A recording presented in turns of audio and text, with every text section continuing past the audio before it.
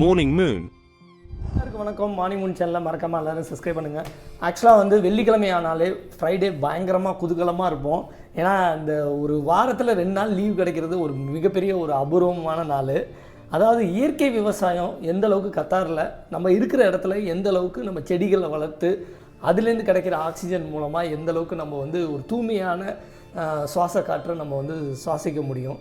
ஆனால் இயற்கை விவசாயங்கிறது இங்கே கத்தாரில் இருக்கிற இடத்துல என்னென்ன காய்கறி விளைய வச்சு நம்ம சாப்பிட்றோம் அப்படிங்கிறத நம்ம இப்போ பார்க்க போகிறோம். வாங்க பார்க்கலாம். வணக்கம் சொல்லுங்கள் காருண்யா. வணக்கம் சொல்லுங்கள்.